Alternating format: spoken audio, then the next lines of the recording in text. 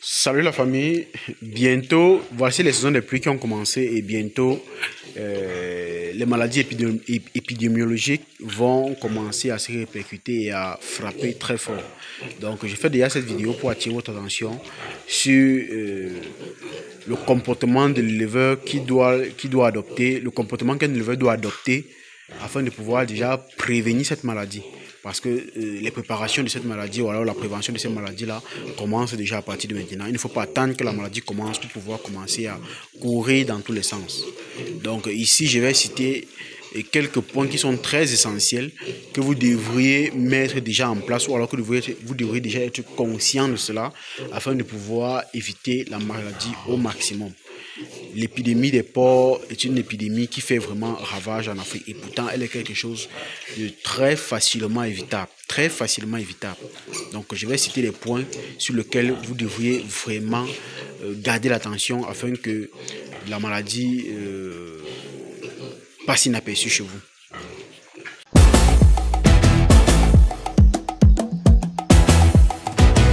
Le pauvre gentil aura plus d'honneur que le riche avare. Et ma dobré prod, grand morceau. Dans la vie, il y a ceux qui gagnent et il y a ceux qu'on appelle les champions. C'est ça, on dit, on est ensemble. Mais à Tito. Moi, c'est Simalès Clovis, jeune entrepreneur agropastoral, éleveur de porcs, de volailles locales. Sur ces chaînes, nous partagons des astuces comme celle-ci pour que vous puissiez vous éveiller, que vous puissiez améliorer la rentabilité de votre activité afin que tous ensemble, nous puissions grandir et nous puissions être tous performants. Le premier signe que la première chose qu'il faut vraiment vérifier dans votre ferme, c'est la qualité des produits vétérinaires que vous utilisez. La qualité des produits vétérinaires. Figurez-vous que parfois même, nous utilisons des produits de moins bonne qualité, de mauvaise qualité, et ça impacte sur les animaux. Et après, on accuse la maladie. Pourtant, ce sont des produits que nous avons utilisés. Donc, il sera très important pour nous d'utiliser des produits vétérinaires de qualité. Sur le marché, il y a des produits qu'on vous donne la composition, mais qu'à l'intérieur du produit, cette composition est faussée.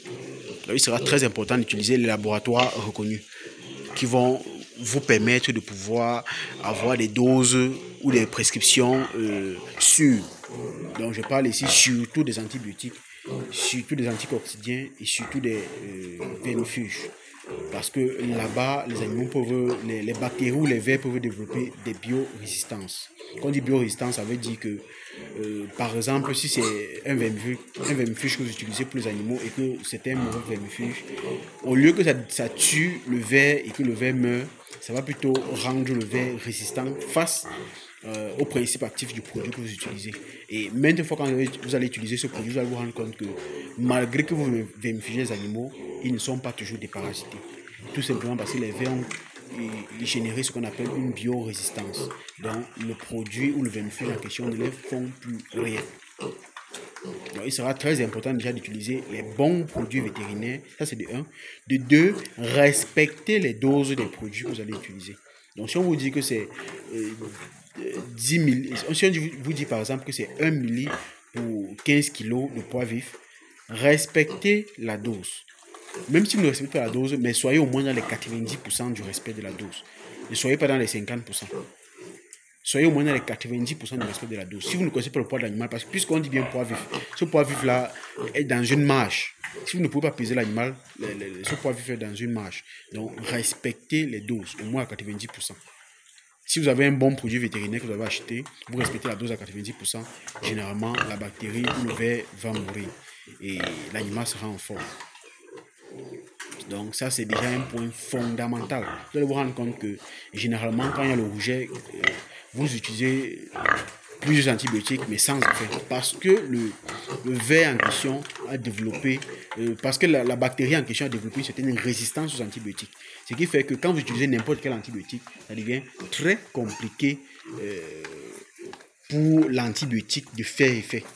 Et c'est comme ça que l'animal succombe aux différents... à la propagation des bactéries dans son organisme. Donc, il sera déjà à titre préventif de pouvoir utiliser des bons antibiotiques et à dose respectée. Respectez le nombre de jours. Parce que parfois, On dit qu'il faut utiliser un antibiotique 5 jours, 6 jours, mais les gens utilisent ça 3 jours, 2 jours. Comme ils ont donné une fois, 2 fois, et l'animal, peut-être c'était pour la diarrhée, ils ont constaté que la diarrhée est partie, ils arrêtent comme eux complètement l'utilisation d'antibiotiques. L'antibiotique est recommandé d'être utilisé jusqu'à 2 jours après les signes cliniques de la maladie. Donc, il faut utiliser, si je prends un exemple, s'il faut utiliser un antibiotique sur un animal qui fait par exemple de la diarrhée, lorsque vous l'injectez, si vous l'injectez 4 jours et que vous constatez que c'est le 4e jour que la diarrhée part, il faut encore utiliser l'antibiotique 2 jours avant d'arrêter le traitement. C'est pour dire que ces 2 jours vont permettre de détruire complètement la bactérie. Pourtant, si vous utilisez 4 jours et que vous constatez que la diarrhée part, vous arrêtez le traitement, la bactérie n'est pas complètement morte. Elle était peut-être juste affaiblie, elle ne se multipliait plus. C'est pour ça que la diarrhée s'est arrêtée. Maintenant, vous devez arrêter le traitement et pouvoir revenir en force. Et cet antibiotique que vous avez utilisé auparavant sur l'animal pourrait ne plus faire effet. Donc, je tiens à rappeler ici que je ne suis pas vétérinaire, mais c'est à force d'avoir des difficultés dans ma ferme, des contraintes que j'ai pu m'adapter, m'améliorer, et qu'aujourd'hui, il y a des erreurs que je ne fais plus dans ma ferme. Donc, c'est vraiment à attirer votre attention sur ces choses élémentaires qui semblent élémentaires, mais qui sont salutaires pour votre ferme. Donc, ça, c'était le premier point. Le deuxième point, c'est surtout un autre point qui est aussi important, c'est de monter votre ferme de telle manière que ça va limiter l'accès aux mouches. Vous savez qu'actuellement, comme nous sommes en transition de saison, il y a un soleil ardent, brûlant, et subitement, quand la pluie va commencer, il y a ce froid-ci, il y a un froid, le vent, les pluies, et cette période-ci, les mouches se développent vraiment beaucoup. Donc, c'est le moment pour vous de pouvoir déjà penser à un système qui va limiter l'accès aux mouches dans vos fermes. Donc, que ce soit des grillages, limiter l'accès à vos fermes et faire en sorte que la ferme soit aérée. Donc, la ferme doit être aérée en même temps et limiter l'accès aux mouches. Donc, c'est vraiment le moment. Vraiment, pensez beaucoup aussi à l'hygiène du bâtiment. Pensez vraiment beaucoup à l'hygiène du bâtiment. Donc, comme je disais tantôt, comme troisième point, on peut dire, pensez véritablement à l'hygiène du bâtiment. L'hygiène du bâtiment aussi va beaucoup compter. Ne pas mettre l'aliment où les porcs urinent, ne pas donner l'eau à vos porcs de telle manière qu'ils peuvent uriner dans l'eau. Même s'ils urinent dans l'eau, vous serez obligé de changer l'eau 2 fois par jour. Donc l'eau que vous mettez le matin, le soir quand vous les nourrissez, vous devrez encore changer l'eau. Et de préférence, moi je vous invite vraiment à les nourrir mouillés. Même si vous donnez l'eau, là, même si vous donnez l'eau et qu'ils urinent même à l'intérieur, ils n'auront pas soif comme si vous les nourrissiez à sec. Parce que lorsque vous les nourrissez à sec, ils ont plus soif.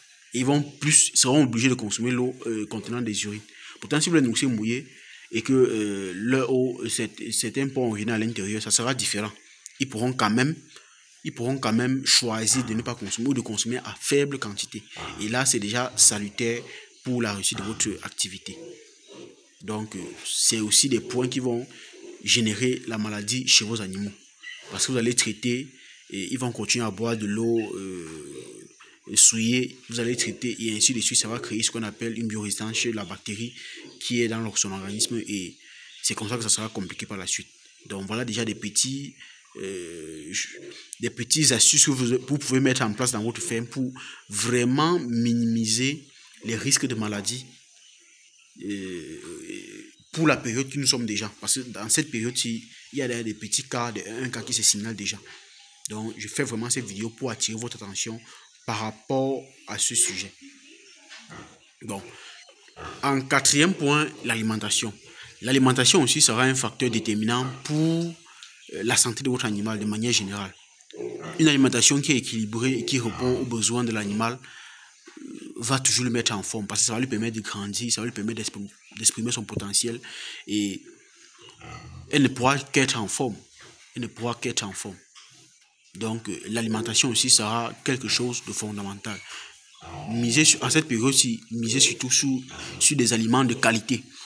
Pas forcément des aliments très riches, mais des aliments de qualité.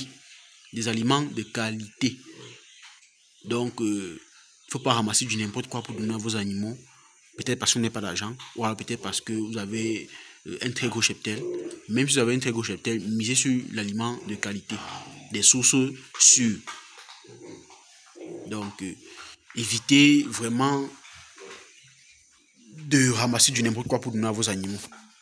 Donc, ça, c'est vraiment une période critique. Je vous invite vraiment à veiller sur la qualité de l'aliment que vous donnez à vos animaux. Si la vidéo vous a plu, likez, abonnez-vous. Partagez déjà la vidéo afin que la majorité des éleveurs soient déjà conscients que la maladie est déjà d'abord dehors, de 1. De 2, qu'ils puissent appliquer ces astuces-ci afin que ça puisse déjà prévenir leur cheptel. Parce que chaque année, on parle de la maladie. Chaque année, on parle de la maladie. Pourtant, c'est quelque chose qui est évitable. C'est quelque chose qui est facilement gérable. Facilement gérable. Et pourtant, c'est quelque chose qui frustre carrément les éleveurs de porc. Donc, je vous invite vraiment à partager ces vidéos afin qu'elles puissent vraiment édifier, aider la majorité des gens qui font dans le porc afin qu'ils puissent vraiment se prémunir de cette maladie qui semble une fatalité pour nous, mais pourtant qui n'est pas une fatalité. Parce que les autres communautés dans d'autres pays ne subissent pas ça, comme chez nous ici en Afrique. Donc, pensez-y vraiment. Donc, dites-nous en commentaire ce que vous pensez de la vidéo afin qu'ensemble nous puissions tous grandir. Dites-nous comment vous, de votre côté, vous faites la prévention et ce que vous pensez de chaque point que j'ai évoqué dans cette vidéo. Ensemble, nous sommes plus forts. Ensemble, nous sommes plus forts. Et ensemble, nous pouvons bâtir quelque chose de plus grand. Ne l'oubliez pas.